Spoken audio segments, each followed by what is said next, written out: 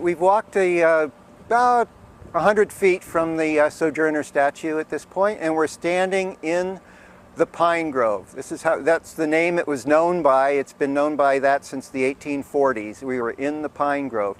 And in the summertime, let's call them the Utopians, but the members of the Northampton Association would meet here in the shade of the pine trees, and in particular one 150-foot tall old growth pine tree was here. And underneath that pine tree, perhaps in keeping with the Native American tradition of speaking under certain trees and giving certain trees a special purpose, many speakers who would visit the Northampton Association would come here on a Sunday and talk. And among them would be Wendell Phillips, Frederick Douglass. Garrison himself would be here, in fact stayed here in the summertime, so he would be one of the principal speakers. And I wanted to read, if I could, just briefly an article from the Massachusetts Whig, which was a newspaper, and they reprinted it in the Daily Hampshire Gazette. And it was on the 17th day of September. Here they are.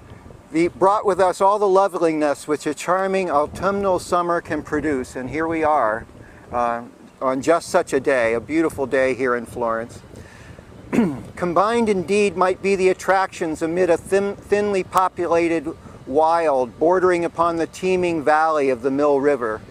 Such an abode would seem a fit haunt for weary mortals to retire from the jargon of a tumultuous world and cultivate a closer community with the heavenly author.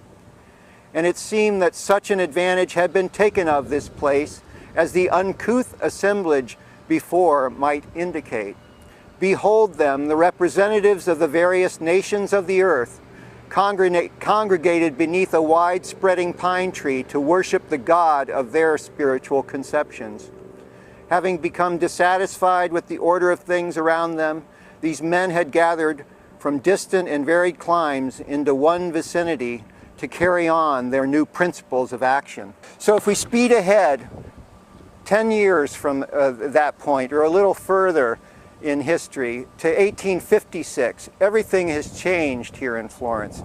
The Utopian community broke up 10 years ago, but most of them that were there at the end have settled down and are now in what we've come to call the neighborhood community.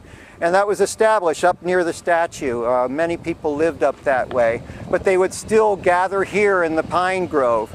Florence, up until the early 1850s, was actually a destination on the Underground Railroad. It wasn't just that people were passing through to get up to Canada, though that happened, and Samuel Hill and Elisha Hammond, Northampton Association members, were involved in that. And then later J.P. Williston, who came up, he was involved in that. But a unique feature of Florence is that this was a destination, and fugitive slaves actually got jobs here in the mills.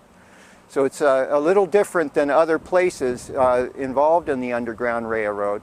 After the Fugitive Slave Act was passed in 1850, Sojourner Truth, who had worked so hard to get her house here, spent most of the rest of her time in Florence out on the road, on the stump, along with Frederick Douglass, along with others. There was nothing that inspired especially the African-American anti-slavery speakers, as the Fugitive Slave Act, which stepped up the penalties for helping fugitive slaves.